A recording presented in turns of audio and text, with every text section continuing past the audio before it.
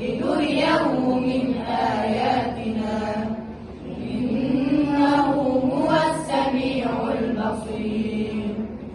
وآتينا موسى الكتاب وجعلناه هدى لبني إسرائيل ألا تتخذوا من دوني وكيلا ذرية من حملنا مع نوح إنه كان عبدا شكورا. وقضينا إلى بني إسرائيل في الكتاب لتفسدن في الأرض مرتين